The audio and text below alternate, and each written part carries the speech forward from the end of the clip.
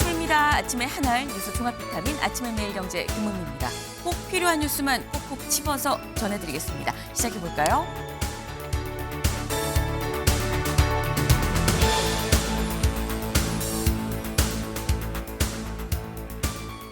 매일경제 1면입니다. 서울대 고시반 만든다. 사상 처음이다. 라는 소식입니다. 서울대가 개교한 게 1946년이죠. 그럼 얼추 따져도 한 80년인데 80년 만에 5급 공무원 시험, 쉽게 말해서 행시 고시반을 이제 만들기로 했다라는 거예요. 요즘 공무원 인기 전보다 덜하다고 하는데 왜 만들지라는 생각이 들긴 합니다만 그럼에도 불구하고 만드는 이유, 취업난이 심해지다 보니까 다른 대학 다 있는 고시반인데 우리만 없으면 이거 뒤처지는 거 아니야? 라는 생각에 만들게 됐다고 합니다. 결국 취업난의 한 단면이다라고 볼 수 있을 것 같네요. 근데 취업만 힘든 게 아니죠. 취업을 해도 힘들다라는 겁니다. 다음 기사 볼까요? 한국일보입니다. 흥정하다가 지쳐요라는 전통시장 상인의 목소리가 있다라는 거죠. 고물가에 짓눌린 연말이다. 원래 이맘때쯤이면 거리 나가면 온 동네 다 캐럴이고요. 이 크리스마스 선물 사느라고 돈이 좀 숭숭숭 나가는. 근데 또 그 맛에 연말이구나라는 걸 또 느끼는 이 시점이 지금인데 근데 연말이 연말 같지 않다는 얘기가 나옵니다. 왜? 여기 좀 같이 보겠습니다. 고등어 값이 작년보다 2,000원이 넘게 올랐고요. 30년 동안 했었던 도매상 이렇게 안 되긴 처음이에요 라는 얘기가 나온다는 거죠.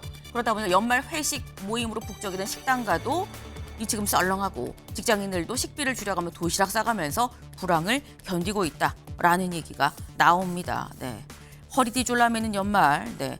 허리띠는 졸라매더라도 그래도 가족과 또 소중한 사람과 한 해 감사했습니다. 사랑합니다. 라는 얘기는 전하는 그런 연말이 되면 좋겠다라는 생각을 한번 해봅니다. 다음 기사 볼까요? 서울신문입니다. SKT 해킹 피해자에게 1인당 10만 원 보상하라라고 어제 소비자원에서 발표를 했습니다. 네. 근데 문제는 피해자가 2,300만 명이죠. SKT가 그럼 부담해야 될 금액 2조 3천억 원 정도 된다라는 겁니다. 과연 이 금액을 SKT가 받을 것이냐. 더불어서 SKT보다 피해자가 더 많은 쿠팡 3,370만 명이죠. 그럼 쿠팡의 경우는 어떻게 되는 거야? 라는 생각도 같이 듭니다. 요 얘기 잠시 뒤에 대담으로 좀 짚어봅니다. 다음 기사 볼까요? 조선일보입니다. 합참, 군사분계선 애매하면 남쪽으로 정해라. 이게 대체 무슨 얘기냐라는 거예요. 여기 밑줄 같이 보겠습니다. 본지 취재를 종합하면 합참은 지난 9월 MDL 군사분계선을 판단할 때 우리 군의 군사 지도와 유엔 군 사령부 이 참조선이 다를 경우 둘 중 남쪽에 있는 걸 기준으로 하라고 지침을 변경했다. 그리고 이 내용이 지난 9월 전방부대에 전파가 됐고 10월엔 공문을 통해서 재차 전달이 됐다라고 합니다. 네. 애매하면 북한 이익으로 해석하라는 거야 라고 자칫 생각을 할 수 있는 대목인 거죠.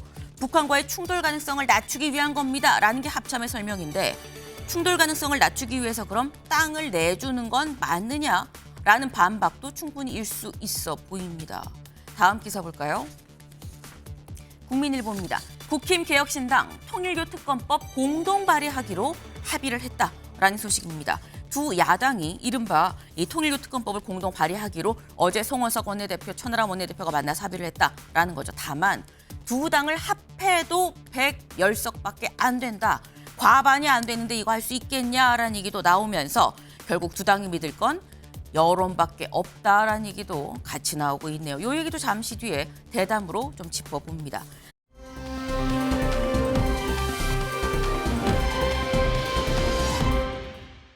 네, 여기가 어디야? 오랜만에 보는 것 같은데 파란 지붕이죠. 청와대입니다. 네, 3년 7개월 전 이 청와대에 있었던 대통령실이 용산으로 옮겨갔죠. 그런데 오늘부터 대통령실 출입기자들은 이곳 삼청동 청와대로 출근을 합니다. 네. 이 오늘부터 대통령의 집무는 아마 집무실이 마련되는 건 다음 주쯤 될 것 같다고 얘기를 해요. 하지만 기자들은 오늘 먼저 좀 춘추관에 와서 오늘 개소를 한다라는 건데 일단 급한 대로 기자부터 옮긴다라는 거죠. 청와대 시대가 사실상 시작이 됐다라는 게 오늘의 사진 한 장입니다.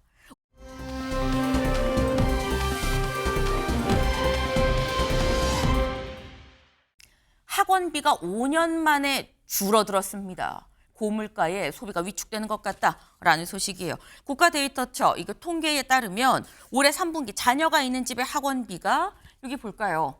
3분기 사교육비가 한 달 평균 41만 원으로 1년 전보다 0.7%가 줄었다라는 거. 뭐 얼마 안 줄었네라고 생각하실 수도 있어요. 근데 코로나 시기에 비대면이라 학원 가는 걸 줄이던 그때 이후로 18분기 연속 오르기만 했었는데 이게 처음으로 줄었다라는 거죠. 특히나 중산층의 감소폭이 크다는 겁니다. 중산층, 월 소득 한 500에서 600만 원 정도 되는 가구는 무려 학원비가 33%나 푹 떨어졌다.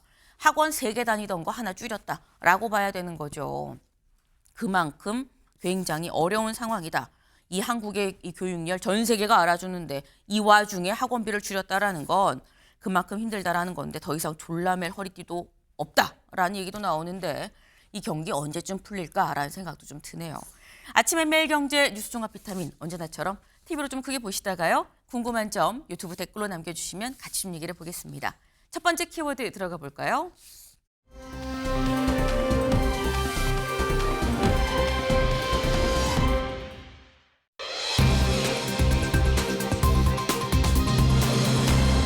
쿠팡은입니다. 쿠팡 기사 같이 보겠습니다. 소비자원 SKT 해킹 피해자의 10만 원씩 보상해야 합니다라고 어제 발표를 했습니다. 네. 대체 10만 원씩, 그럼 10만 원씩 돈으로 주는 거야 싶으실 수도 있는데 어떻게 되는지 같이 보겠습니다. 어제 소비자원이 밝힌 건 SK텔레콤 개인정보가 유출된 피해자한테 대략 한 2,230명한테, 2,300만 명한테 1인당 10만 원 상당을 줘야 된다. 이 10만 원이 현금은 아니고요. 5만 원은 통신요금 할인이고 5만 원은 포인트 지급으로 해서 줘라라고 얘기를 했다라는 거예요. 일단 이건 소비자원의 권고라고도 볼 수 있을 텐데 지금 여기 저희 4분 나와 계시죠. 4분 중에서 SK텔레콤 쓰시는 분. 지금 4분 중에서 75%가 지금 SK텔레콤을 쓰세요. 정성호 위원님. 이거 SK텔레콤 이 10만 원, 5만 원 이렇게 주면 이거 보상된다고 보십니까? 뭐 저는 기업의 사회적 책임이 있기 때문에 네. 그리고 지금 인권이라든가 개인정보가 상당히 중요한 그런 시점 아니겠습니까? 네. 그리고 최근에 쿠팡 사태가 좀 터졌기 때문에 국민적 관심이 상당히 크고 그렇기 때문에 이 10만 원 권고에 대해서 소비자원에서 권고를 한 것에 대해서 SKT에서는 이것을 받아야 된다. 저는 그렇게 생각을 합니다. 그럼 본인도 10만 원 정도면은 맞다고 보십니까? 뭐 좀 부족하지는 하지만 그럼에도 불구하고 네. 이것이 기업 입장에서 상당히 큰 거 아니겠습니까? 일단 2,300만 명이면 2조 3천억인데 네. 쿠팡은 3천만 명이면 10조 정도 됩니다. 그렇기 때문에 기업 입장에서는 상당히 큰 부담이 가기 때문에 이것이 꼭 어떤 받겠다는 것보다도 앞으로 기업이 이런 개인정보에 대해서 확실한 그런 기업 정신, 윤리 정신을 확보한 차원에서 이런 것들은 할 필요가 있다. 그렇게 생각이 듭니다. 네. 10만 원이란 금액이 타당하다라는 건 별개로 치고 기업의 책임을 부과한다는 그 측면에서는 어쨌거나 SKT가 좀 책임을 져야 된다라는 말씀이신 건데 근데 관건은 이걸 사실 SKT가 받을까라는 거죠. 경향신문 같이 볼까요? 1인당 10만 원씩 SKT에 수용할까라는 겁니다. 기억하시나요? 최태원 회장이 직접 나와서 사과를 하기도 했었죠. 잠깐 보고 오시죠. 예, 최근 SK텔레콤의 사이버 침해 사고로 고객분들과 국민들께 불안과 불편을 초래했습니다. SK그룹을 대표해서 사과드립니다. 또 지금도 많은 분들이 또 피해가 없을지 걱정을 하시고 계신다고 생각합니다. 이 모든 분들께 다시 한번 사과드립니다. 네. 지금 직접 이렇게 보신 것처럼 직접 나와서 사과를 하기도 했었고 그 이후에 SKT가 대책으로 이런저런 이 고객 감사제 등등등 해서 1조가 넘는 돈을 썼다고 하죠. 이런 상황에서 2조 3천억이 더 드는 1인당 10만 원씩 이거 수용할까라는 겁니다. 김상일 위원님. 네. SKT 수용할까요? 글쎄요, 저는 그동안의 전례를 보면 안 네. 할 가능성이 많죠. 왜냐하면 지금은 숫자가 적게 집단 소송을 하지만 뭐 이게 수용을 했을 경우 지금 소장님 말씀해 주신 대로 2,300만 명 모두가 또 참여할 가능성을 열어둔다는 측면에서 안 할 가능성이 있는데 네. 저는 그 2조 3천억이 그렇게 큰 돈이라고 생각하는 것이 저는 잘못됐다고 봐요. 왜냐하면 이게 개별이잖아요. 그러면 또 개별 협상을 통해서 뭐 시기 조정이나 뭐 단계별 보상이나 여러 가지 형태로 할 수 있는 겁니다. 근데 네. 그것을 만약에 안 하겠다고 한다면 저는 잘못됐다고 보고요. 그리고 이것을 함으로써 내적으로는 제가 말씀드린 대로 개별적이나 다른 방식의 다른 방식으로 이걸 해나갈 수 있는데 2조 3천억이라는 또 상징성은 또 국민들에게 책임감으로 보여줄 수 있는 것이기 때문에 받아들이는 편이 좋고요. 개보위에서는 실제로 30만 원 권고를 했었습니다. 그거에 네. 비하면 또 상당히 또 합리적인 금액으로 한 것이다라고 볼 수 있기 때문에 받는 편이 여러 가지 면에서 좋을 것이다라는 생각을 저는 해봅니다. 네. 사실 만약에 이 소비자원의 이 권고를 받지 않는다고 하면 그 다음 단계는 이제 민사로 갈 수밖에 없는 부분이 분명히 있죠. 그럼 여기서 드는 의문, 김광선 변호사님. 네. 만약에 민사로 간다 그러면 10만 원보다 더 받는 거야, 덜 받는 거야? 라는 생각할 수 있거든요. 이거 어떻게 보십니까? 제가 볼 때는 10만 원 밑에는 되지 않을 것 같아요. 밑은 안 갈 거다. 예. 받으면 더 받을 거다. 이제 아하. 최저 10만 원 네. 아니면 이제 10만 원 이상 갈 가능성이 큰데 사실 금액 자체는 이게 뭐 현금 기준으로 따져보면 큰 금액이 아니다고 봐요. 그런데 이제 문제는 뭐냐면 이게 사실 이제 58명이 한국 소비자원에 이미 신청을 해가지고 이제 조정된 거잖아요. 네. 15일 이내에 SK에서 이의 신청을 하지 않으면 이게 이제 확정이 되는 거고 또 한국 소비자원은 이 58명 이외에 더 그 대부분 피해자를 같이 하는 그런 이제 조정안을 하겠다고 보는 거잖아요. 네. 그럼 이 58명 걸 수용을 해버리면 나머지 다 수용을 해야 하는 거예요.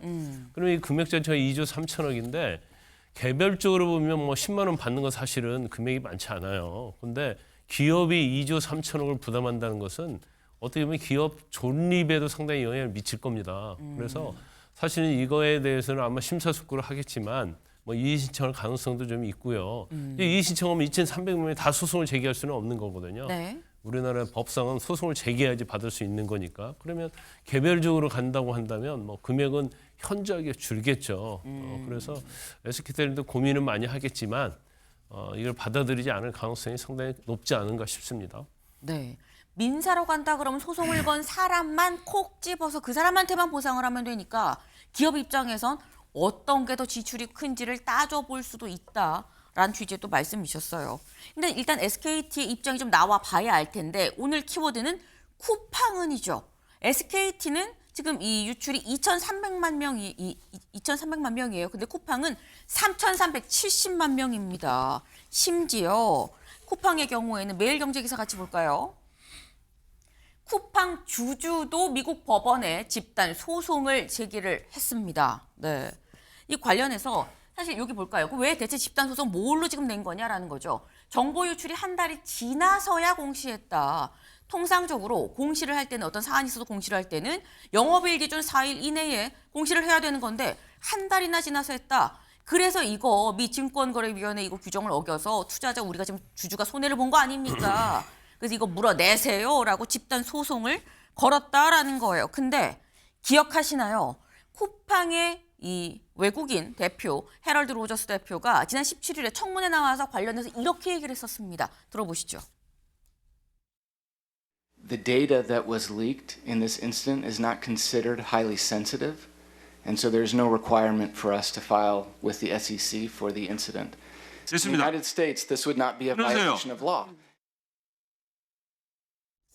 네. 지금 헤럴드 로저스 뭐라고 얘기하느냐. 이거는 이 미 증권거래위원회 규정에 따르면 중대한 사고가 아니어서 그래서 공시할 의무가 없습니다라고 얘기를 하죠. 근데 또 공시를 했어요. 공시할 의무가 없으면 안 해도 되는데 보겠습니다. 지금 이 개인정보 유출이 된 걸 안 시점은 18일이죠. 11월 18일입니다. 그런데 그리고 난 다음에 한참 지나서 24일 날 시간이 사실 이 24일 날 시간이 마감되는 거예요. 영업일 기준 4일, 19, 20, 21, 24일. 까지는 공시를 해야 되는 건데 안 한 거죠. 안 하고 국내 고객에 우리나라 국내 고객들한테 이거 유출됐습니다 얘기를 29일에 알립니다. 그리고 난 다음에 아까 지금 본 이 사실 중대한 사안이 아니어서 공시할 필요 없어요라고 했음에도 불구하고 공시를 하긴 했는데 한 시점이 12월 15일이더라라는 거예요. 근데 이거 보면 김진욱 대변인님 공시할 의무가 없는데 그럼 왜 한 겁니까? 그럼 그 미국의 이 쿠팡 INC 여기에 설명이 지금 국내에서 하는 설명과 미국에서 하는 설명이 다르다라는 걸 지금 정확하게 보여주고 있는 것이고요. 지금 이 11월 18일 무렵에 주가가 얼마였냐면 미국에서 쿠팡 주가가 28불 정도 됐었습니다. 네. 28달러 정도. 그런데 지금 현 시점으로 보면은 23달러 정도로 한 18% 정도가 급락했어요. 네. 이렇기 때문에 주주들이 본인들이 손해를 입었다라는 이유로 지금 이제 이 집단 소송을 제기한 건데 네. 이 사안에서는 지금 이 개인정보 유출과 직접적인 관련된 소송은 아닙니다만 어쨌든 미국에서 이렇게 증시에 공시까지 했다고 한다면 이것은 굉장히 중요한 사안으로 받아들여야 되는데 저희 청문회에서 나와가지고 뭐라고 하셨습니까? 이거 중요한 사항 아니다. 그렇기 때문에 공시의 의무 없다라고 해놓고선 본인들은 미국에서는 공시를 할 수밖에 없었던 거잖아요.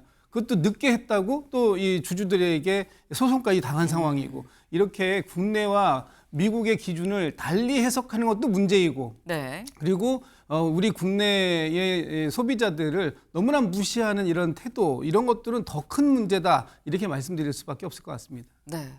그래서 여기까지 오게 되면 우리가 다시 드는 이런 생각이 드는 거죠. 그럼 쿠팡은 미국에서 보통 소송이 당하면 천문학적인 금액을 지불할 수밖에 없는 상황인 건데 국내에는 미국 설명 다르고 국내 설명 다르고 그럼 미국에 대한 배상안과 국내에 대한 보상안이 다른 거냐라는 생각이 들 수밖에 없습니다. 김광삼 변호사님.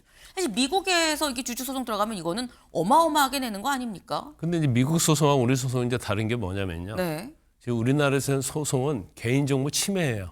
침해로 인한 손해배상이기 때문에 네. 개인별로 이제 금액 자체가 이렇게 많지 않죠. 뭐 지금 10만 원, 30만 원 이런 식으로 얘기 나오고 있잖아요. 근데 미국에서 한 손해배상 소송 자체는 공시를 늦게 했기 때문에 내가 주식을 팔 수 있는 시점을 놓쳤다랄지 아니면 그거 몰라서 주식을 비싼 가격에 샀다. 그렇기 때문에 거기에 대한 손해를 배상하라는 겁니다. 그래서 사실 미국에서 어떤 금액 자체는 주식의 어떤 정보와 관련된 부분이기 때문에 이건 굉장히 손해배상에서 클 수 있어요. 그런데 쿠팡이 공시 대상이 아니다 이렇게 보고 있는 거 주장을 하고 있는데 제가 볼 때 이제 상식적으로 생각하면 이제 우리나라가 미국 공시 규정은 틀리겠지만 네. 이건 엄청난 중요한 사안이고 결과에 따라서 지금 3,300만 명 이상의 정보가 유출되기 때문에 주가에 충분히 영향을 미칠 수 있는 사안이단 말이에요. 또 이건 회사의 잘못으로 인해서 해킹된 거기 때문에 제가 볼 때는 공시 대상이 될 것이고 설사 이제 공시 대상이 안 된다 하더라도 네. 이제 그거 자체는 주가에 엄청난 영향을 미치기 때문에 제가 볼 때는 미국에서 어떤 손해배상에는 상당히 손해배상을 받을 수 있는 긍정적인 효과를 미칠 것이다 이렇게 봅니다. 네.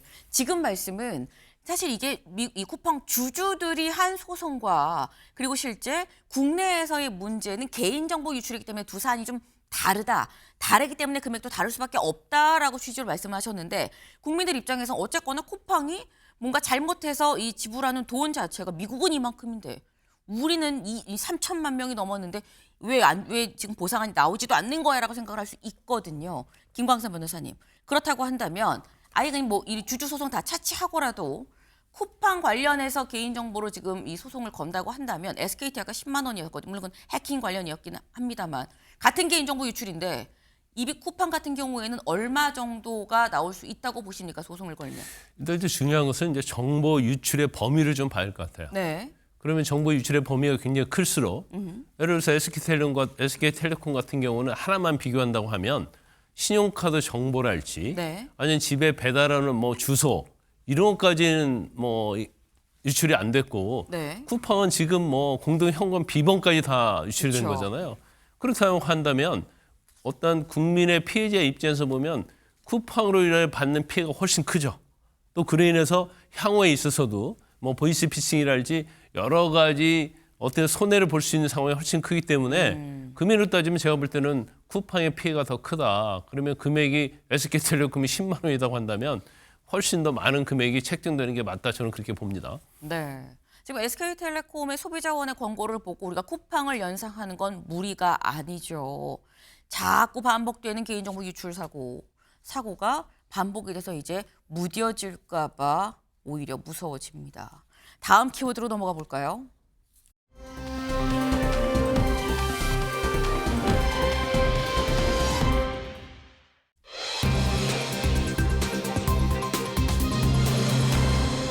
오늘 올린다, 뭘 올리냐라는 거예요. 보겠습니다. 민주당 내란재판부법 23일 본회의 처리합니다라고 밝혔습니다. 위헌 논란 또 뭐 당정 불협화음 얘기도 살짝 있었죠. 논란이 좀 있었던 이 내란재판부법 오늘 드디어 본회의에 올라갑니다. 오늘은 22일인데 23일에 처리한다잖아 라고 생각하실 수 있어요. 오늘 올리고요. 국민의힘이 필리버스터를 할 예정이다라는 거죠. 그럼 24시간 동안 필리버스터를 하고 끝나는 내일쯤에 본회의에서 처리를 하겠다라는 얘기가 되는 겁니다. 근데 김진욱 대변인님, 일각에선 대법원안이 좀 미흡하다고 해도 대법원이 뭔가 좀 하겠습니다라고 나선 만큼 좀 더 대화의 여지가 있는 거 아니야라는 얘기도 하긴 하거든요. 일단 대법원에서 예규를 만든다고 하는 건 뭐 늦었지만 또 환영할 만한 일이다라고 봅니다. 다만 대법원에서 만드는 예규라는 것이 말 그대로 예규입니다. 규칙을 정하는 거예요. 그렇기 때문에 언제든지 그 대법원에서 이걸 더 다시 바꿔야 되겠다라고 한다면 바꿀 수 있는 겁니다. 이렇게 되면 법의 안정성이 갖기 어렵다라는 측면이 있기 때문에 민주당에서는 아예 그럴 것 같으면 법으로 만들어서 이 법의 안정성을 취하자라는 이제 기본적인 취지가 있는 것이고요. 그리고 이미 민주당에서 발의된 안을 보면 위헌성을 완전히 제거한 그런 상황입니다. 그렇기 때문에 대법원에서의 예규와 그렇게 큰 차이가 나지도 않는다라고 보고 있기 때문에 오늘 이것을 이제 본회의에 올리면 내일 처리가 될 텐데요. 아마 처리가 되고 날 때까지도 지금 오늘 충분하게 논의를 마무리할 것 같고요. 그리고 지금 내일 처리가 되는 전까지도 얼마든지 수정을 할 수도 있는 가능성도 저는 열려 있다고 봅니다. 본회의장에서 수정 처리가 가능하니까요. 그렇다면 지금 민주당에서 준비해 왔던 내용들 그리고 지금 대법원에서 얘기하고 있는 예규들 이 내용들의 절충점 상당히 많이 지금 모아지고 있는 상황이라 저는 뭐 처리하고선도 큰 문제가 없을 것이다 이렇게 보고 있습니다. 네. 대법원에서 예규를 만드는 어떤 태도 변화가 있는 것은 상당히 긍정적으로 평가할 부분이지만 그렇다고 해서 지금 민주당이 법을 처리하기로 하니 스케줄 자체를 조정할 건 아니다. 내일까지 또 시간도 있지 않느냐라는 취지의 말씀이셨어요. 뒤돌아보지 않는다. 내일 간다라는 말씀으로 지금 이해가 되는데 민주당에서 내란 재판부를 계속 얘기하고 드라이브를 걸었던 이유는 내란 재판이 너무 늦게 진행이 됩니다라는 게 그 이유였었죠. 진직의 1심 결과가 나왔어야 되는 건데 왜 아직도 안 나오는 겁니까? 라는 이유였었는데 사실 3개 특검 중에 지금 2개 특검이 끝나고 1개 특검은 아직 수사가 계속되고 있는 상황입니다. 김건희 특검이죠. 김건희 특검 어제는 이준석 개혁신당 대표를 소환 조사를 했습니다. 이준석 대표 뭐라고 얘기했는지 직접 들어보시죠. 2022년에 윤석열 대통령이 저를 어떻게 대했는지 대부분의 국민들이 다 알고 있습니다. 그런데 그 상황에서 저랑 윤석열 대통령을 공범으로 엮으려고 한다? 그거는 굉장히 무리한 시도다 이렇게 생각합니다. 저는 일관되게 제가 의심스러운 공천 정황이 있었다는 말을 해왔고 그것은 제가 겪은 일이기 때문에 특검에 지금까지도 자료 제출이라는 것들을 성실히 해왔고 다만 그것이 범죄의 구성 요건에 해당하는지 등은 그거야말로 법률가들이 알아서 할 일입니다. 네. 이준석 대표 뭐라고 얘기했느냐 이렇게 얘기했죠. 특검 출석한 이준석 윤과 공범으로 엮는 건 좀 무리 아닙니까? 온 세상 사람들이 윤석열 전 대통령과 내가 사이가 안 좋았던 거 내가 얼마나 심하게 핍박을 받았는지 다 알고 있는데요라는 취지로 지금 얘기를 했어요. 그럼 대체 온 세상 사람들이 다 안다는 그게 뭘 얘기하는 거냐? 저희가 좀 찾아봤습니다. 영상으로 같이 확인해 보시죠. 당 대표는 적어도 대통령 후보의 부하가 아닙니다. 서울에서 제 역할이 있다고 생각한다면은 언제든지 서울에 가서 제가 서울에서 직무를 할 수 있다 이렇게 생각하고요. 이때다 싶어 솟아나와서 양비론으로 한마디 던지는 윤핵관을 보면 어쩌면 이런 모습이 선거 기간 내내 반복될 것이라는 비통한 생각이 들었습니다. 선대위 내에서의 모든 직책을 내려놓겠습니다. 단 하나의 미련도 없습니다. 정말 스테로이드 먹어가면서 몸이 부어가지고 여기저기서 왜 이렇게 살이 쪘냐고 놀림까지 받아가면서 선거 뛰었던 그 시기간 동안에도 왜 3월 9일날 대선 승리를 하고도 저는 어느 누구에게도 축하를 받지 못했으며 6월 1일에 승리하고 난 뒤에도 왜 바로 공격당하고 면전에서 무시당하고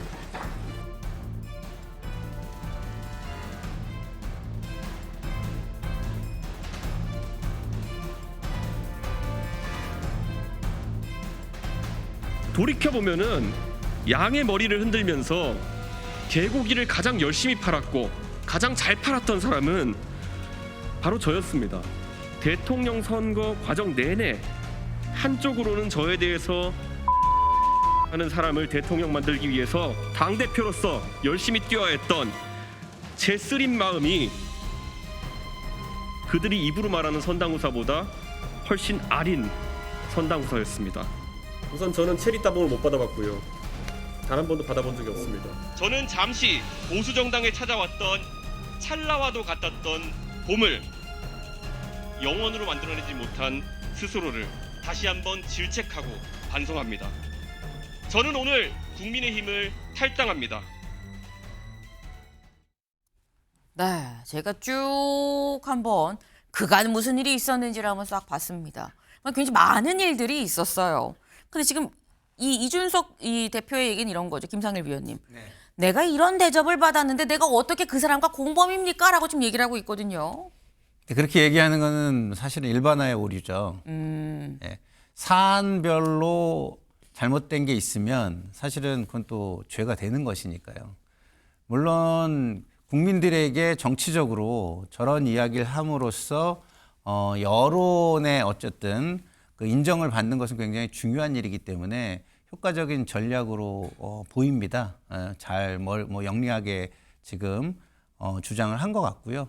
그렇지만 이제 법리적으로 법률 사안으로 개별 사안에서 예를 들어서 네. 명태균 씨와 가까웠던 거는 또 사실 아닙니까? 그렇기 때문에 그 사안과 관련돼서는 또 일이 있을 수도 있는 것이기 때문에 저것이 꼭 저 주장이 정치학에 맞아떨어진다라고는 보긴 어렵고 일단 정치적으로 이미지적으로 일반화시킴으로써 자신의 어떤 입장을 강화하는 용이다 이렇게 보시면 될 것 같습니다. 네.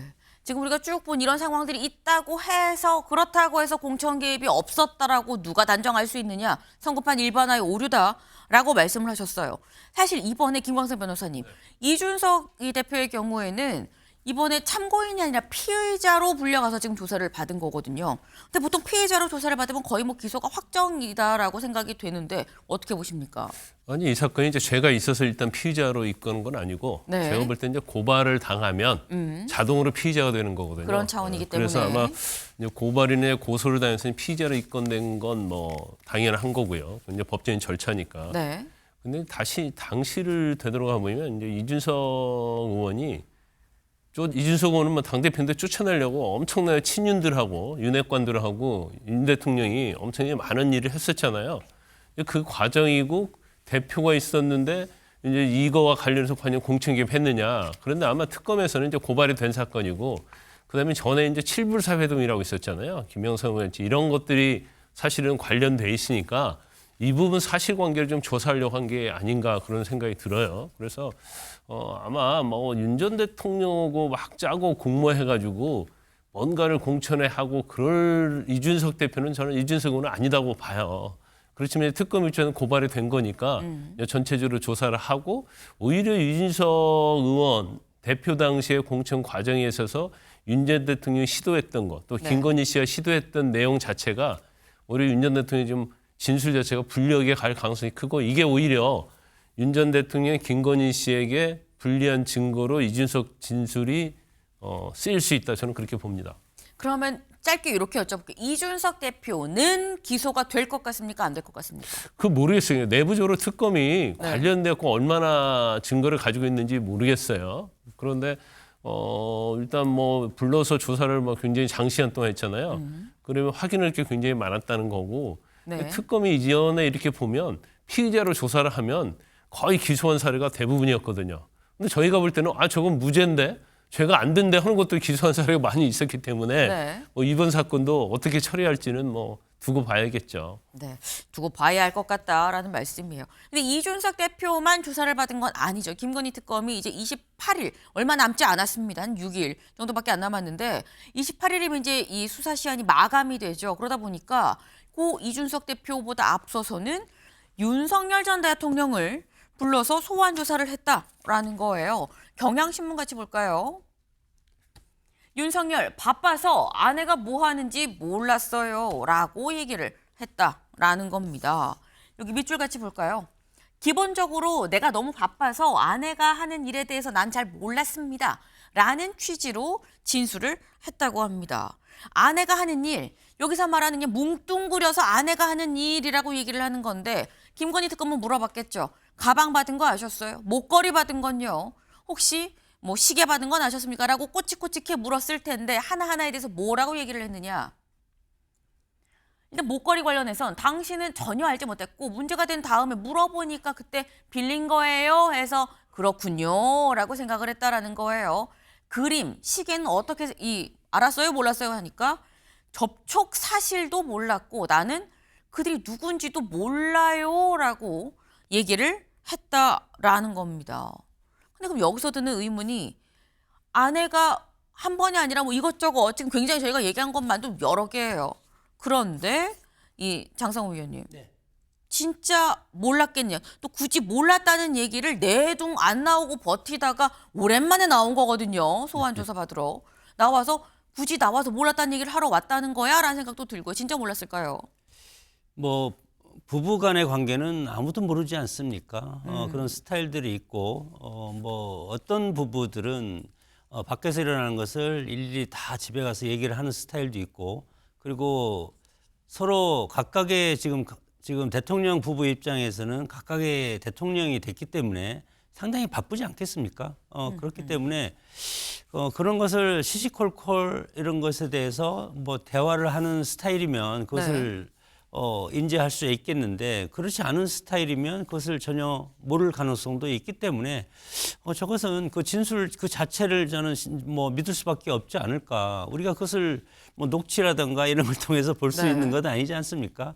그렇기 때문에 그리고 법적으로도 마찬가지로 지금 뭐 법원에서 진술하는 것을 있는 사실대로 해야 되지만 법적으로 보면은 저렇게 진술하는 것이 본인과의 연계성을 일단 끊어내는 그런 전략도 숨어 있기 때문에 그런 것은 아무도 알 수가 없는 상황이라고 생각이 듭니다. 네. 실제로도 뭐 부부 사이라고 해도 모르는 건 모를 수 있는 거인데다가 대통령 일도 바쁘고 특히나 다 이 차치하고라도 법적으로 봐도 뭐 알았다고 하는 게 그럼 맞다는 얘기냐. 법적으로 봐도 이거는 몰랐다고 하는 대답을 할 수밖에 없는 사안 아니냐라는 건데 사실 혹시 기억하시나요? 윤석열 전 대통령이 한창 김건희 여사에 대한 의혹이 이런 게 저런 게 나올 때 대국민 담화를 했었습니다. 그때 이런 얘기를 했었죠. 잠깐 들어보실까요? 그래서 저는 이제 하루 종일 뭐 사람들 만나고 이제 지쳐갖고 집에 와서 쓰러져 자면은 아침에 이렇게 일어나 보면 5시, 6시인데 안 자고 이렇게 엎드려서 제 휴대폰을 놓고 계속 답을 하고 있는 거예요. 그래서 미쳤냐? 지금 잠을 안 자고 뭐 하는 거냐? 그랬더니 아니 사람들이 이렇게 지지하는 사람들 또 뭐 이런 것 좀 잘해라 하는 사람들이 있는데 고맙습니다라든지 뭐 잘하겠습니다라든지 잘 챙기겠습니다. 아니 뭐 답을 해줘야 하는 것이지. 이분들이 다 유권자인데 그러면서 잠을 안 자고 완전히 날밤이 바뀌어가지고 그렇게 했었습니다. 네. 나는 사람들 만나고 이 바빠서 막 피곤해서 집에 들어와 자면 내 핸드폰으로 사람들이 뭐 힘내세요, 어떻게 하세요, 뭐 조언을 해주고 한 거를 다 내 아내가, 그러니까 김건희 여사가 일일이 답장을 해주고 있었다라고 얘기를 했었죠. 근데 그러면 드는 생각이 김준욱 대변인님 이런 겁니다. 김 여사는 윤 전 대통령이 휴대전화도 갖고 와서 단문도 대신 보내는 상황이었는데 윤석열 전 대통령만 아내가 뭐 하는지 몰랐던 거 아니냐라는 생각도 들긴 들어요. 그러니까 국정의 부의 제로가 김건희 씨다 이런 얘기 나오는 거 아닙니까? 윤석열 전 대통령이 국정의 최고 책임자로서 인사권을 가지고 있었던 사람입니다. 그런데 김건희 씨에게 물품을 금품을 준 사람들이 다 국가에서 대통령이 임명하는 자리에 임명이 됐습니다. 그림을 줬다고 하는 그 김상민 전 부장검사는 총선 출마가 안 되자 국정원에 특보로 갔고요.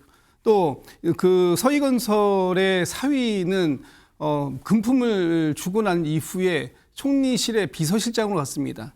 그리고 이배용 전 그 국가교육위원장 같은 경우에는 근거부기를 주고서 국가교육위원장에 갔단 말이에요. 그렇다면 이 모든 사람들이 다 결국은 윤석열 전 대통령의 이름으로 임명되는 그런 자리에 갔는데 이것이 다 우연입니까? 이거 정말 몰랐습니까? 이렇게 몰랐다고 해서 될 문제가 아니다. 저는 그렇게 생각합니다. 네. 진짜 몰랐느냐라는 말씀을 지금 하시는데 일단 이 김건희 특검 이번 주에 아마도 윤석열 전 대통령 부부를 기소할 것 같다. 매관매직 관련한 혐의로 기소를 할 것 같다라는 얘기가 나옵니다. 28일까지가 시한이다 보니까 어쩔 수 없이 그 전에 지금 이 얘기 나오는 사안들을 좀 마무리 짓고 기소를 하지 않겠냐라는 전망이 나오는 건데 기소 이후에 재판 과정에서 어떤 얘기들이 나올지 지금의 내란 이 혐의 관련한 재판들을 보면서 이 재판도 또 생각이 다시 한번 또 듭니다. 다음 키워드로 넘어가 볼까요?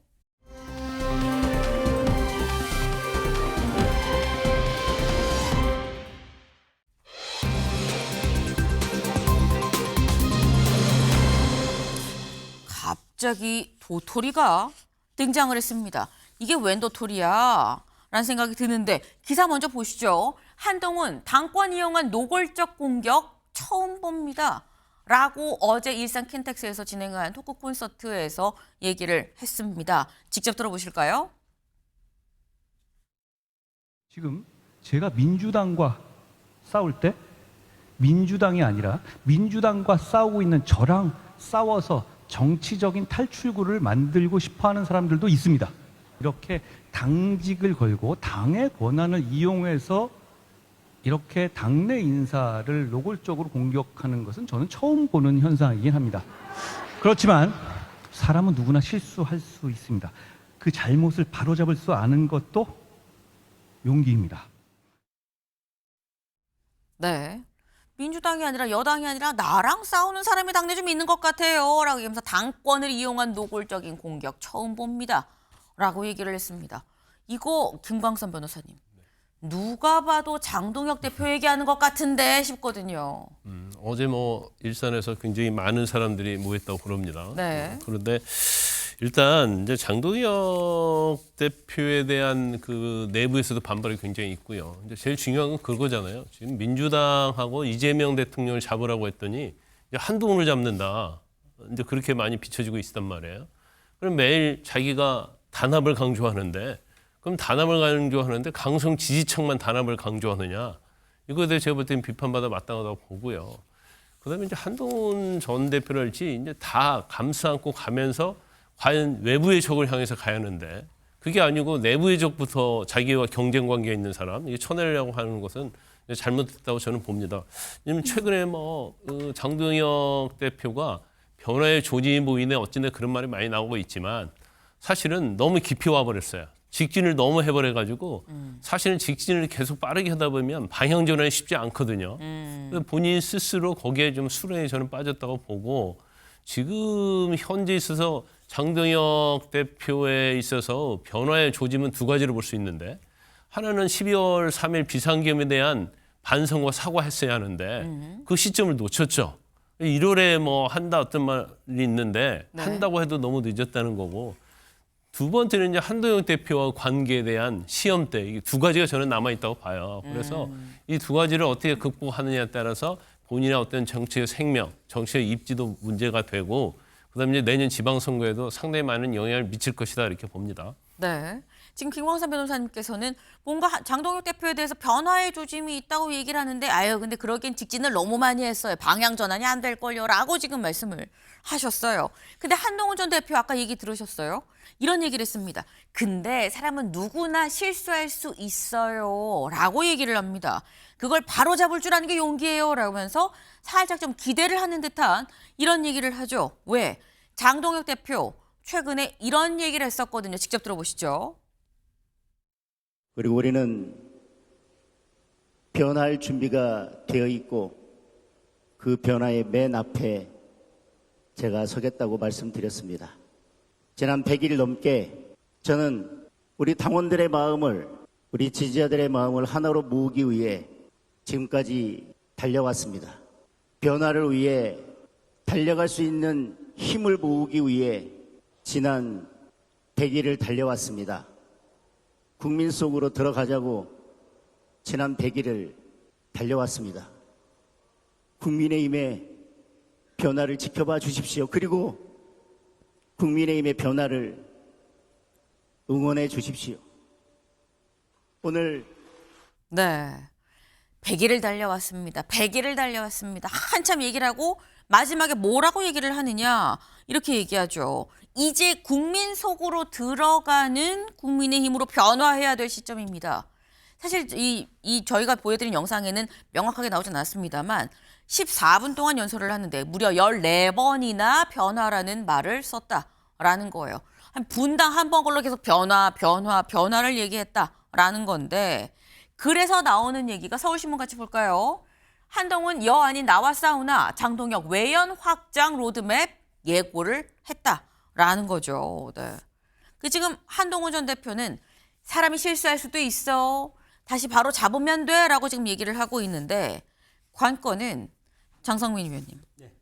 장 대표가 한동훈 전 대표와 손을 잡을 생각이 있다고 봐야 되는 겁니까?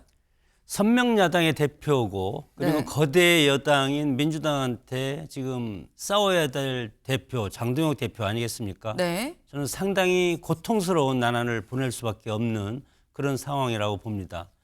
당대표로 뽑아놓으면 그냥 지지율도 민주당을 따라잡고 해야 되는데 지금 국회에서 할 수 있는 게 아무것도 없지 않습니까? 그렇다고 해서 선진화법이 없어가지고 법사위에서 강제로 진행되는 것을 막을 수도 없는 상황이고 그리고 장외투쟁을 하다 보면 또 당내에서도 왜 장외투쟁이냐 중도층을 겨냥이라 그렇게 하는 거고 결국은 당의 주인은 누굽니까? 당원 아니지 않습니까? 당원들이 갈라져 있습니다.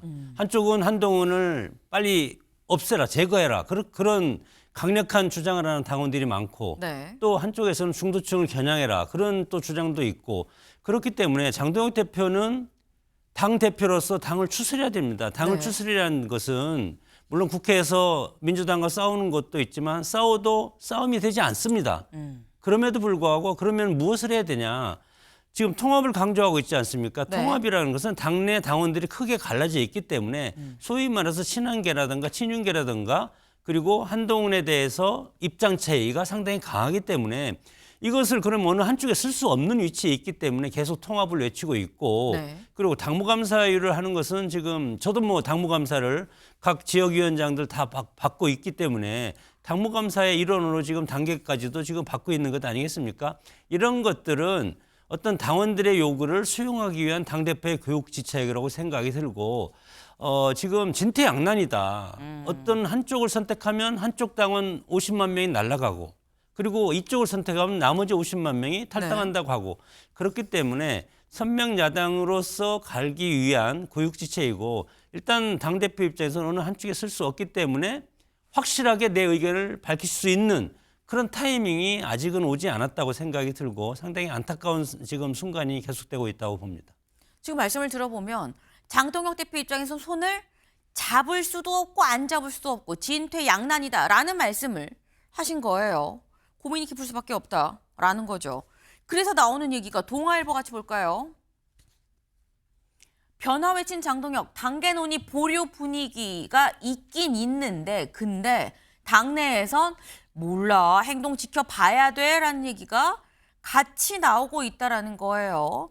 당계 논의를 보류해서 아예 없는 것처럼 스르륵 하면 이건 손을 내밀었다, 안고 간다, 같이 간다 라는 걸로 해석이 될 수 있는데 모르겠어. 진짜 그럴까? 말씀처럼 약간 이도 저도 뭔가 명확하게 지금 서지 않은 상황이다 라는 얘기가 되는 거죠. 특히나 한동훈 대표랑 또 손을 잡자니 장동혁 대표 입장에선 이게 또 눈에 밟힐 수도 있겠다라는 생각도 들긴 듭니다. 한 전 대표 어제 토크 콘서트 몇 명이 모였는지 눈으로 확인해 보시죠.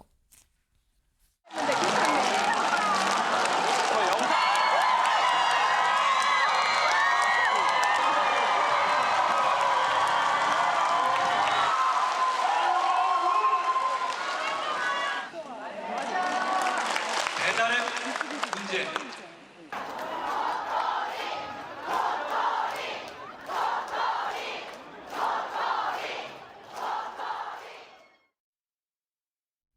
네, 지금 사람이 꽉 들어찬 거 보셨나요?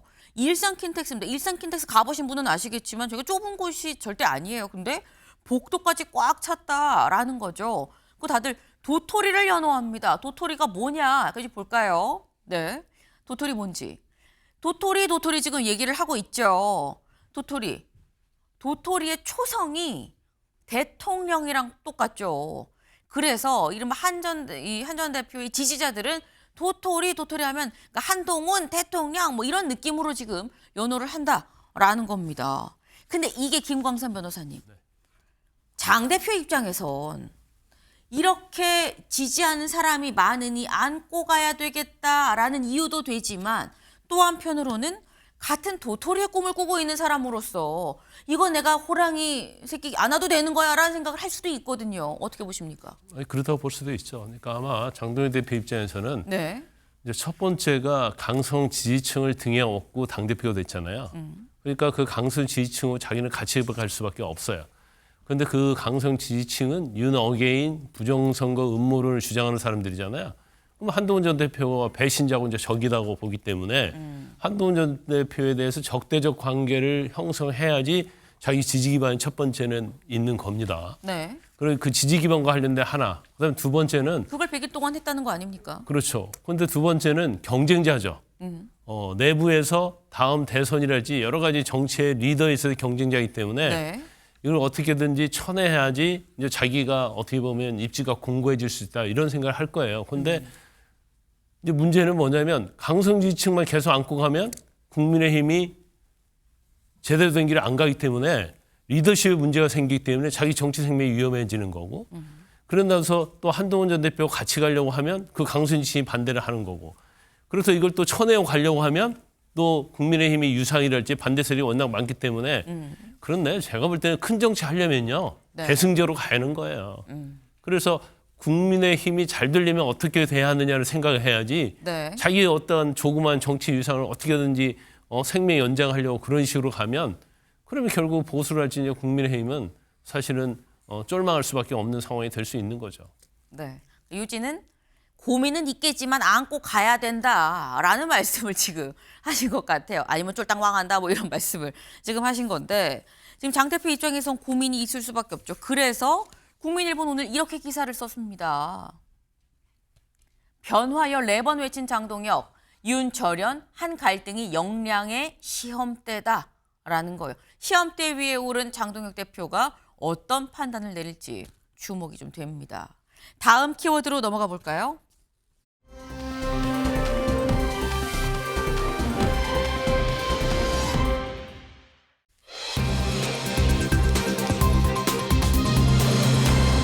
(5년은) 너무 짧다.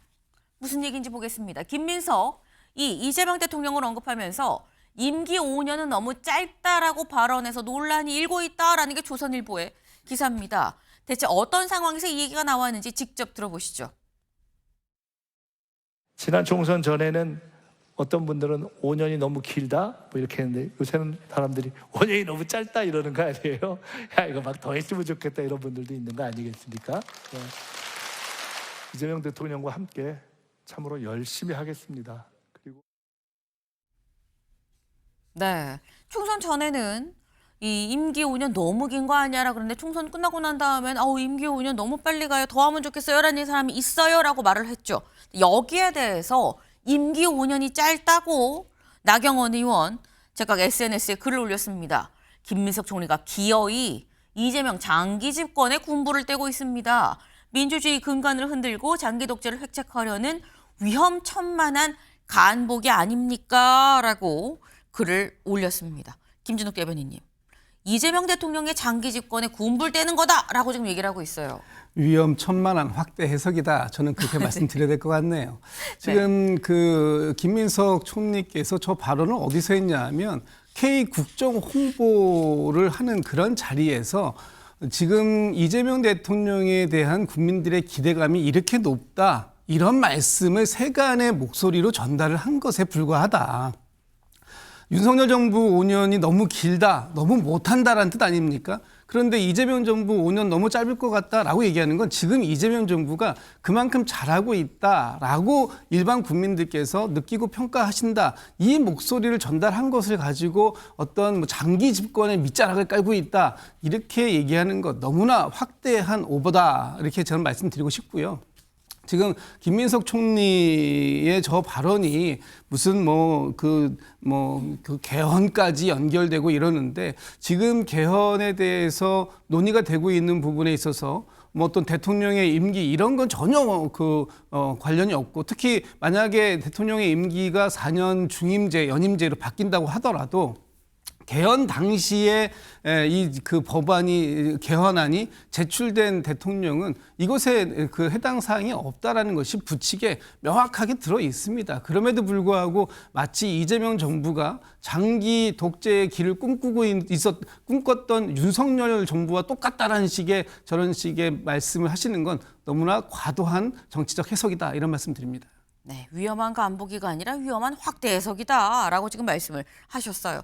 총리실에서 또 관련해서 이 발언이 좀 논란이 되니까 바로 공지를 지금 내렸습니다. 뭐라고 했느냐? 김민석 총리가 얘기한 건 대선이 아니라 총선이 지나니까라고 총선을 언급하지 않았습니까? 어떤 정부인지 언급이 없었습니다.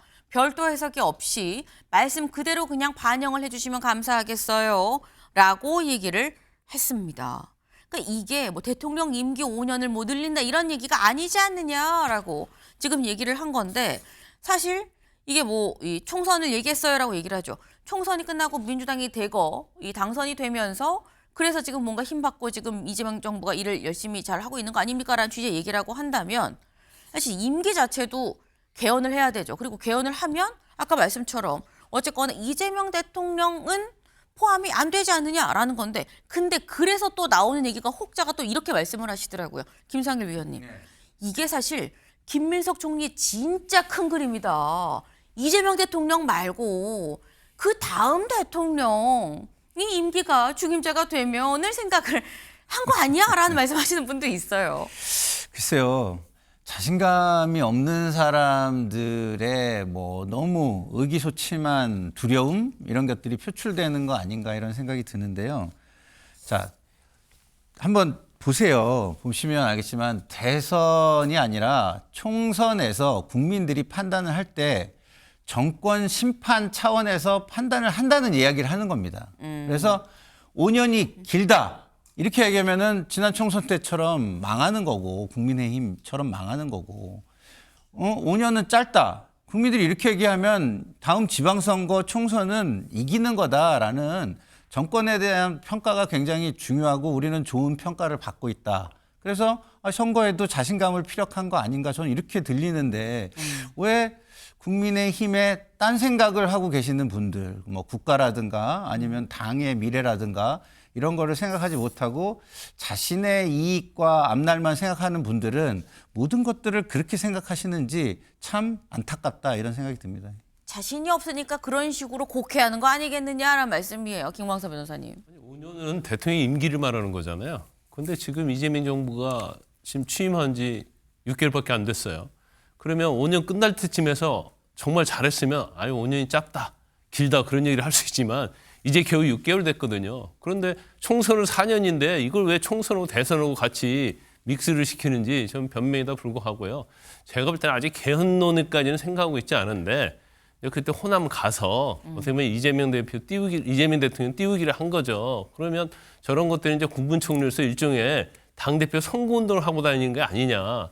이제 그런 우리가 생각을 할 수밖에 없는 상황이다 이렇게 봅니다. 그래서 저를 너무 이재명 대통령 띄우기를 하다 보니까 이제 저런 말이 나왔고 그럼 나오면 솔직히 말해서 너무 일을 잘하니까 5년이 저는 짰다고 생각했다 이렇게 말하면 되는데 이걸 뭐 결과적으로 총선과 연관지어서 생각했다느니 그런 변명할 필요 없다는 거죠. 자기 생각을 솔직하게 얘기하면 된다는 거죠. 네, 짧게 김정은 의원님 짧게. 모든 말은요. 이렇게 끊어서 보면은 안 돼요. 전체를 다 봐야 거기에 맥락과 그게 컨텍스트가 있는 거잖아요. 근데 보십시오. 지난 총선에 전에는 어떤 분들은 5년이 길다고 했는데 요새는 5년이 너무 짧다고 한다. 이 얘기는 뭐냐?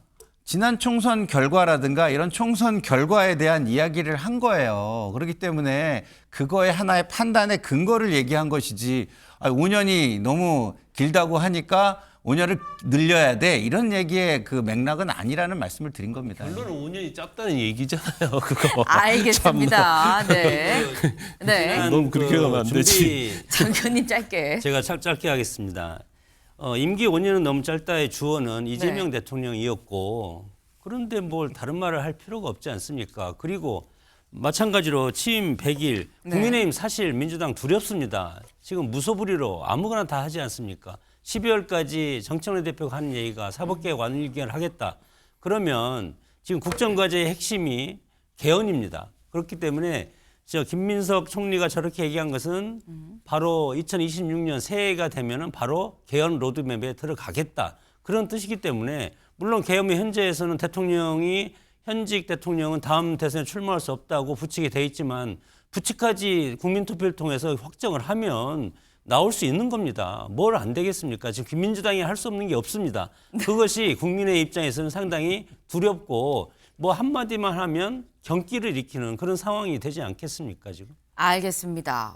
이 부분에서 이렇게나 치열한 논의가 벌어질 줄은 상상을 못했는데 일단 굉장히 좀 한치도 물러서지 않는 그런 입장이세요. 어쨌거나 지금 김민석 총리의 이런 얘기에 대해서 사실 이게 실제로 임기를 연장하려고 하는 거 아니냐라는 해석도 있고 김민석 총리의 당권 선거 운동을 또 하는 거 아니겠느냐라는 해석도 좀 같이 나오고 있죠. 네.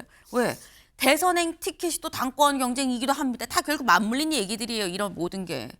이 관련해서 오늘 동아일보 기사 같이 볼까요? 김민석 4번째, 정청래 6번째 호남을 찾았다라는 거죠. 주말 동안. 당원의 민주당 당원의 33%가 집중된 것이 호남인데 여기 최대 표밭에서 결국 당권 경쟁 중인 거 아니겠느냐라는 겁니다.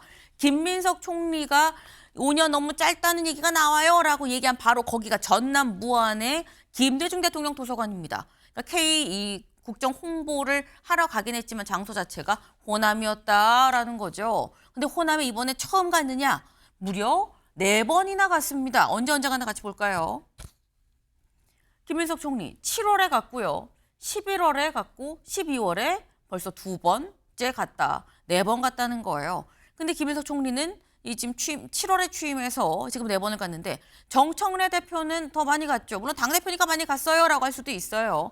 정청래 8월부터 8월 3일, 8일, 9월 16일, 11월 2일, 12월 10일, 12월 19일까지 굉장히 자주 내려갔다라는 겁니다. 사실 호남 하면은 정청래 대표가 신경을 쓸 수밖에 없는 게 정청래 대표가 당선될 때 그때 호남에서 받은 득표율 같이 볼까요? 그때 66.49%를 획득을 했었습니다. 그 때문에 호남을 잡아야 된다라는 생각이 쓸 수밖에 없다라는 얘기가 그래서 나와요.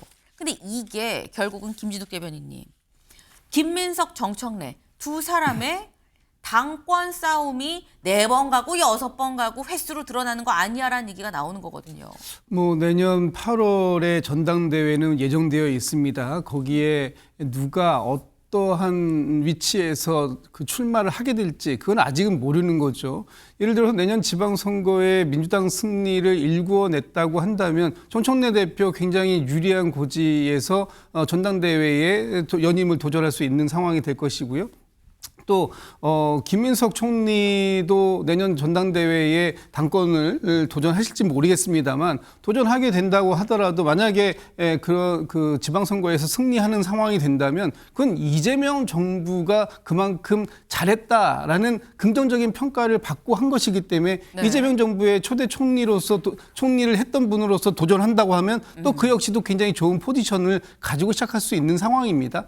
지금 이 두 분의 이 관계를 너무 경쟁적 관계로만 볼 것인가 아니면 서로 시너지를 내는 그런 그 관계로 볼 것인가 하는 부분들에 있어서 뭐 일부 많은 분들은 또 일부 그 어떤 분들은 경쟁적 관계로 더 많이 보기도 하시지만 제가 볼 땐 지금 내년 지방선거의 승리라는 것은 당과 정부가 함께 가고 2인 삼각처럼 그 손 붙잡고 같이 가지 않으면 네. 일궈낼 수 없는 일이다. 그런 차원에서 보면 지금의 이 두 분의 관계는 경쟁만 있는 것은 아니고 그 안에서 충분한 협조 관계도 있다 이렇게 봅니다. 저는. 둘 사이를 경쟁 관계로 볼 필요가 있느냐. 같이 또 시너지가 날 수도 있는데라고 말씀을 하셨어요. 근데 이게 경쟁 상대가 아닌 거 맞아라는 얘기가 나오는 사진이 한 장 또 있습니다. 그 사진 같이 볼까요? 지금 한창 이 최고위원 보궐선거가 지금 진행 중이죠. 지금 후보 신청이 다 끝났습니다. 그리고 이제 공명선거 실천 서약식 자리인 건데 자, 우리 다 여기 이제 서약했어요 라고 하는데 선 위치를 좀 볼까요? 일단 정청래 대표는 여기 있고요. 김병기 원내대표는 여기 있습니다. 이걸 가운데 놓고 양쪽으로 쓴 거예요. 그런데 정청래 대표 이쪽으로는 이성윤, 문정복, 친청으로 분류되는 사람들이 딱 섰고 이건 뭐 관리위원장이니까요. 섰고 그럼 김병기 원내대표 이 건너 이쪽으로 가볼까요? 여긴 누가 섰느냐? 유동철, 이건태, 강득구, 친명우로 얘기되는 사람들 특히나 강득구 후보의 경우에는 친김민석계라고 분류가 되죠. 이렇게 섰다라는 거예요. 김상일 위원님 웃고 계시는데 네. 아니 이게 시너지 효과를 내고 꼭 경쟁 관계로 봐야 되는데 또 이렇게 승권은 딱 깔아서 무자르듯 이렇게 섰어요 또. 예. 사람의 본심은 은연중에 드러날 수 있지요. 예. 우리 사진 기자님께서 그런 것을 아주 기가 막히게 잡아내신 것 같은데 경쟁 관계를 부인할 필요는 저는 없다고 봐요. 그렇지만 이제 무엇을 목적으로 하느냐가 굉장히 중요한 것 같은데 정청래 대표나 김민석 총리 모두가 제가 볼 때는요. 지금은요. 정권의 성공을 목표로 해야 된다고 저는 봅니다. 그래서 당원들이 그것을 인정해 준다면 그 사람을 대표로 뽑는 것이 지금은 맞는 것 아닌가 이런 생각이 드는데요. 자, 우리가 호남을 많이 가야 되겠습니까? 아니면은 소외되고 그늘진 곳을 많이 가야 되겠습니까? 만약에 총리의 역할, 당대표의 역할만 본다면 네.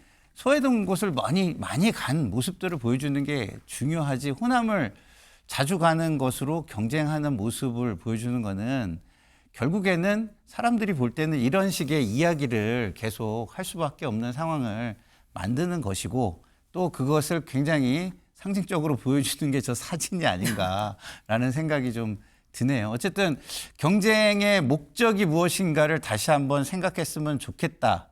라는 말로 제가 당과 경쟁자들에게 말씀을 꼭 드리고 싶습니다. 네, 경쟁의 목적을 좀 생각을 하자라는 뼈 있는 말씀을 또 주셨어요.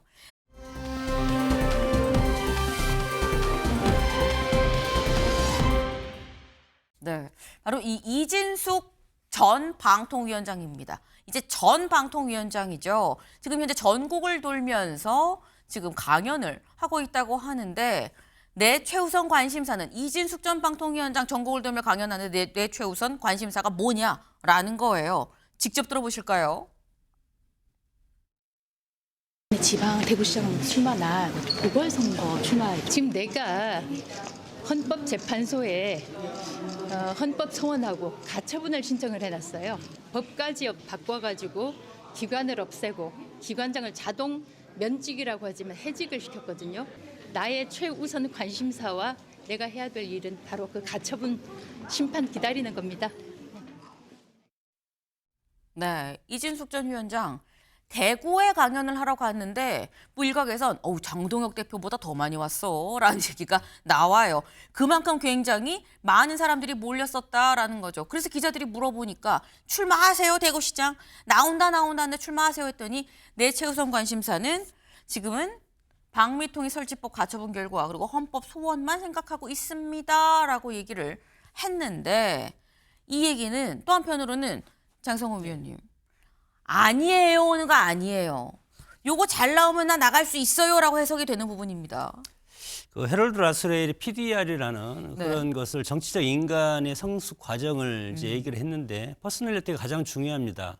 물론 한 개인으로 보면 어린 시절의 그런 굴곡된 경험이 나중에 권력으로 전환되는 그런 과정을 설명을 하지만 네. 지금 이준숙 전 방통위원장은 평생 기자를 하다가 방통위원장을 하면서 이재명 대표와 민주당과 상당히 그리고 이재명 대통령이 당선되고 나서 지금 뭐 그 자리에서 물러나지 않았습니까? 그렇기 때문에 그런 굴곡되고 여러 가지 핍박된 그런 것들이 지금 트랜스퍼돼서 권력 의지로 지금 승화하는 그런 단적인 아주 짧은 시간에 전환되는 그런 과정을 겪기 때문에 틀림없이 이준숙 전 방통위원장은 권력의 현장에 나올 가능성이 100%라고 저는 생각이 듭니다. 네. 근데 나오려고 하면은 사실 지금 이 방미통일 설치법 가처분 그리고 헌법 소원 요게 또 잘 결과가 나와야 된다라는 취지로 지금 들리거든요. 김광선 변호사님. 요거 짧게 방미통일 설치법 그리고 헌법 소원 요거 결과 어떻게 나올 거라고 보십니까? 저건 뭐 결과를 예측하기가 쉽지 않아요. 근데 만에 하나 네. 지금 이준수 전 위원장이 이제 가처분한 결과하고 헌법 소원이 본인이 원하는 대로 나오면 네. 제가 볼 때는 아마 보수의 영웅이 될 겁니다. 그런데 이게 상당히 이제 정치적 사안이기 때문에 이제 헌법재판소에서 기존에 이미 법이 통과돼 가지고 진행하고 있는 것을 사실은 원점으로 돌리기에는 굉장히 어려울 거라고 봐요. 그러면 설사 유언적인 요소가 있다 하더라도 그냥 어느 정도 그냥 인정해주는 그런 방향으로 갈 가능성이 크다. 저는 뭐 그렇게 봐요. 결과론적으로는. 그렇지만 이제 이진수 전 위원장은 어쨌든 간에 보수 내에서도 사실은 파이터가 없다. 네. 싸움꾼이 없다 했는데 굉장히 현 정부와 많은 뭐 어떻게 보면 보여주기식이 됐건 진심이 됐던 잘 싸워온 사람이잖아요. 그러니까 이제 대구에서도 엄청난 사람들이 이제 몰려든 거고. 그래서 아마 본인은 내부적으로는 뭐 시장에 대한 것이 확고하겠죠. 그렇지만 지금은 그 얘기를 할 때가 아니기 때문에 뭐 언급하지 않는다 이렇게 볼 수 있을 것 같아요. 네. 근데 사실 모이는 사람들이 다 대구 사람들이 아닐 수도 있긴 하거든요. 대구시장은 대구 사람들이 뽑는 건데 장 위원님 네. 나오면 되는 겁니까? 그럼 대구시장 이진숙 전 위원장은? 대구 나오면 되죠. 무조건 좀 된다고 된다. 봅니다. 왜냐하면 지금 국민의힘이 민주당한테 판판이 지고 있지 않습니까? 그렇기 때문에 국민의힘 당원들, 주인들은 누구를 원하냐. 강력한 투쟁력이 있고 저 사람이면 우리를 대신해 싸워줄 수 있는 물론 국회에서는 106명밖에 안 되는 아주 열세한 야당이지만 그럼에도 불구하고 앞으로 우리가 뽑을 지도자는 민주당 정권에게 강력하게 싸울 수 있는 그런 사람을 지금 원하고 있기 때문에 시대의 정신은 국민의힘의 시대 정신은 강력하게 수쟁하는 그런 사람을 지금 선호하고 있다고 봅니다. 잔다르크 이준숙이 나오면 시장 당선은 문제다, 이 시간 문제다라는 이런 말씀을 또 하신 걸로 이해가 됩니다. 저희가 준비한 소식 오늘 여기까지입니다. 오늘도 좋은 하루 보내세요.